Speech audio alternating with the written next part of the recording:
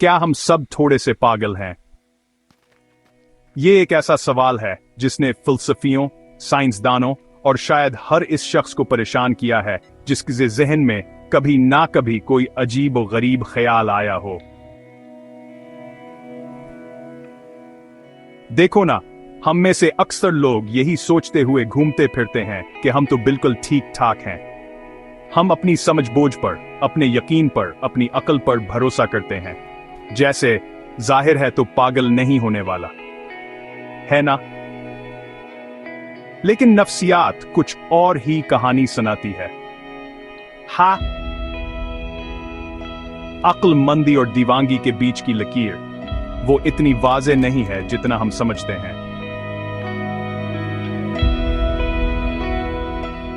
असल में हमारे लाशूरी जहन में बहुत सी अजीब बातें भरी होती हैं।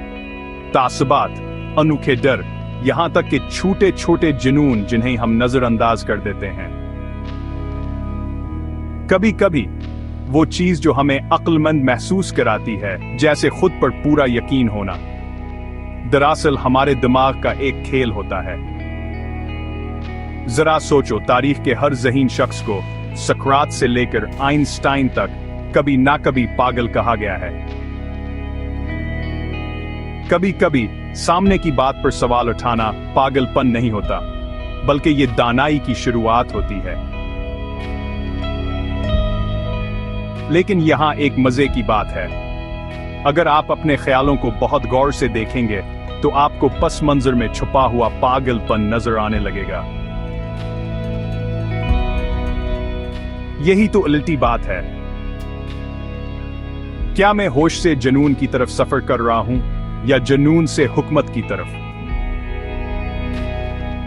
शायद खुद को सही मानों में समझने के लिए हमें दोनों पहलुओं को कबूल करना होगा, अच्छाई और बुराई, अलजिन और सफाई। मैं अपने पागलपन पर खुश रंगों का पेंट तो नहीं कर सकता, लेकिन शायद मैं हर रंगत को देखना सीख सकता हूं। तो अगली बार जब आप खुद को यह सोचते हुए पाएं कि मैं तो कभी पागल नहीं हो सकता, तो याद रखना, अक्लमंदी अपनी अजीब बातों को झुठलाने का नाम नहीं। ये इसे गले लगाने, इससे सीखने का नाम है। और क्या पता, थोड़ा सा पागलपन ही हमें समझदार बनाए रखता हो।